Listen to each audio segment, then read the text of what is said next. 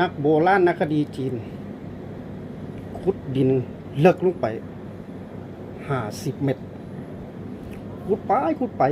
ไปเจอสายโทรศัพท์ประเทศจีนดีใจอย่างแฮงปิดประเทศฉลอง7 มื้อ 7 คืนแล้วก็ประกาศให้โลกรู้ว่า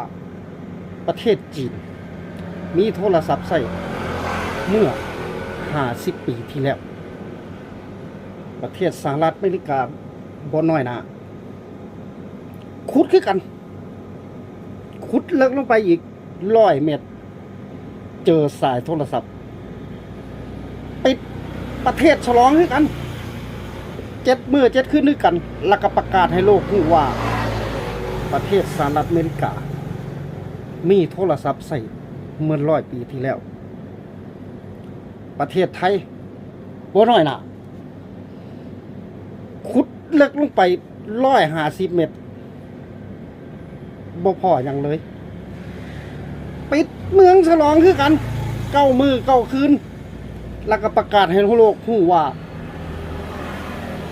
ประเทศไทยมีโทรศัพท์ไร้สายใช้